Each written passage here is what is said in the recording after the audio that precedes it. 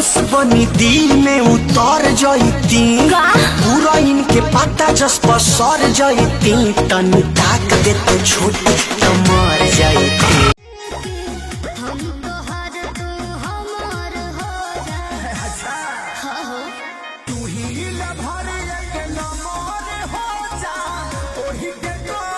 मतलबी है आज दुनिया, किसी का कोई सगा नहीं है, कोई मतलबी है आज दुनिया।